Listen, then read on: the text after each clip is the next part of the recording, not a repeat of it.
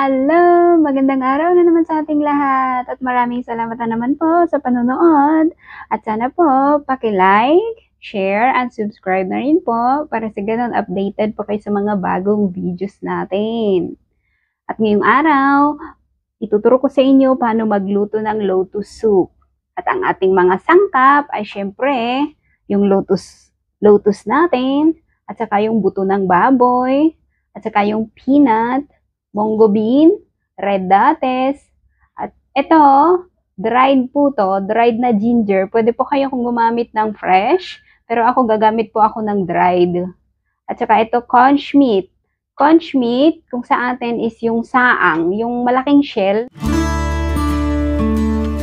At ayun na nga, hugasan na natin yung pork natin.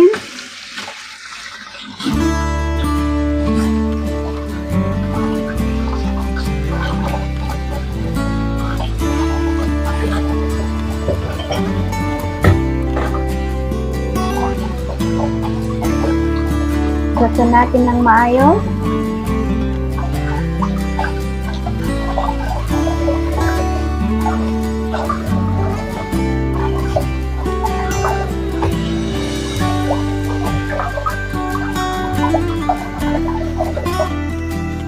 Pero ang pork natin, kailangan natin siyang i-boil para sa ganun matanggal yung dumi.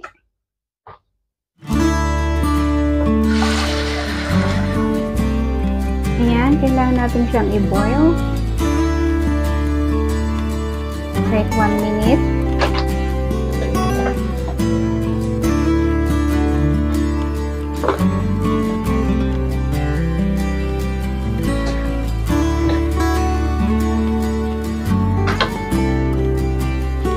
Yung lotus po natin, kailangan nating linisan. Tanggalin yung balat.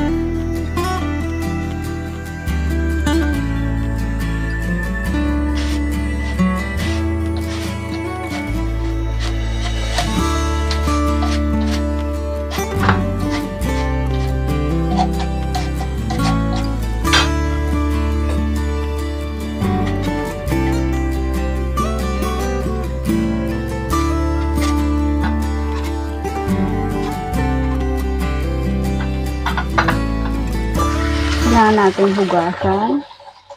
Hugasan natin siya ng normal size po.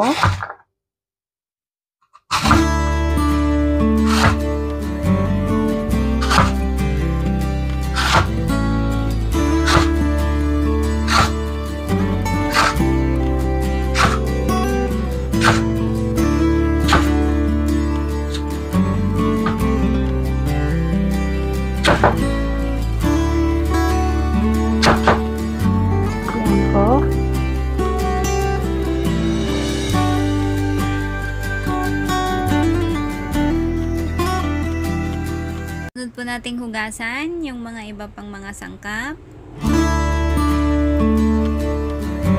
Para mamaya, minsan na lang po ilagay. Kailangan nating hugasan ng maayos.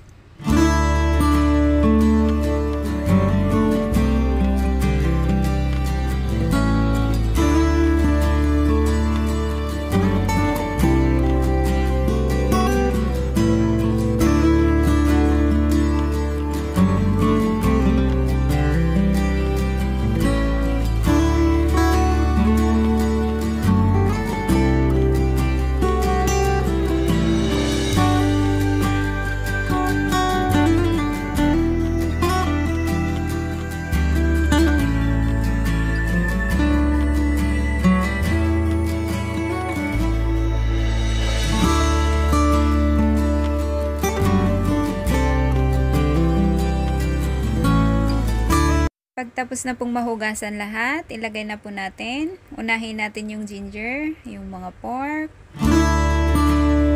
at yung mga iba pa.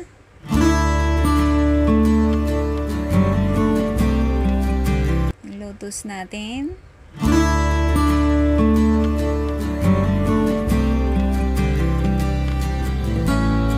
Lagyan ng tubig. Yung tubig po natin, depende po sa inyo, pero pa sa akin, good for 4 person po kasi, kaya medyo damihan ko po yung tubig.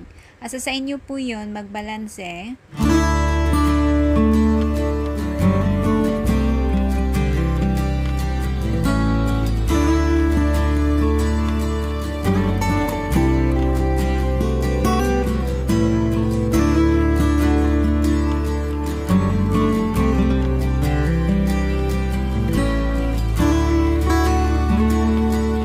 Ayan, niluto na po natin.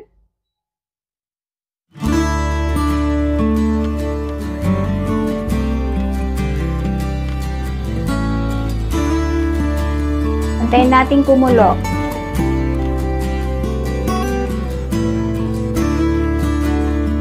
Pag gumulo na po siya, isarado po natin ng maayos.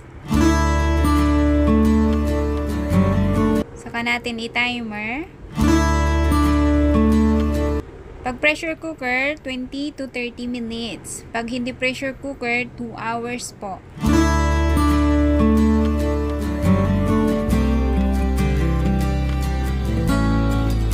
Tapos hinaan na po natin yung apoy. Medium po, medium fire. Tapos hayaan na po natin hanggang sa matapos po yung timer.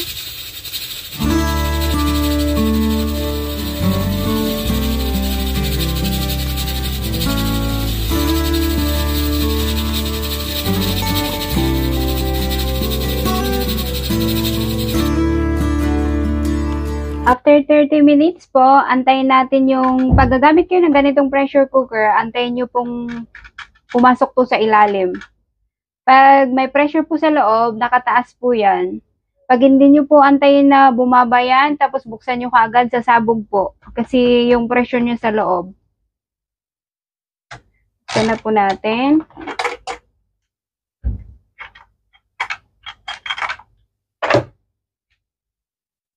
Tapos, lagyan na natin ng asin. Lagyan po natin ng saktong amount ng asin po para magkalasa ang soup natin. Tapos, cook another 5 minutes.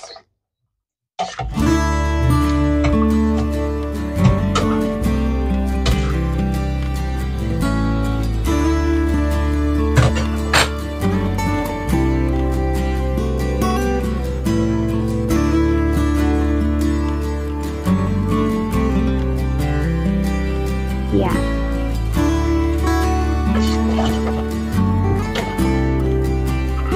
5 minutes natin.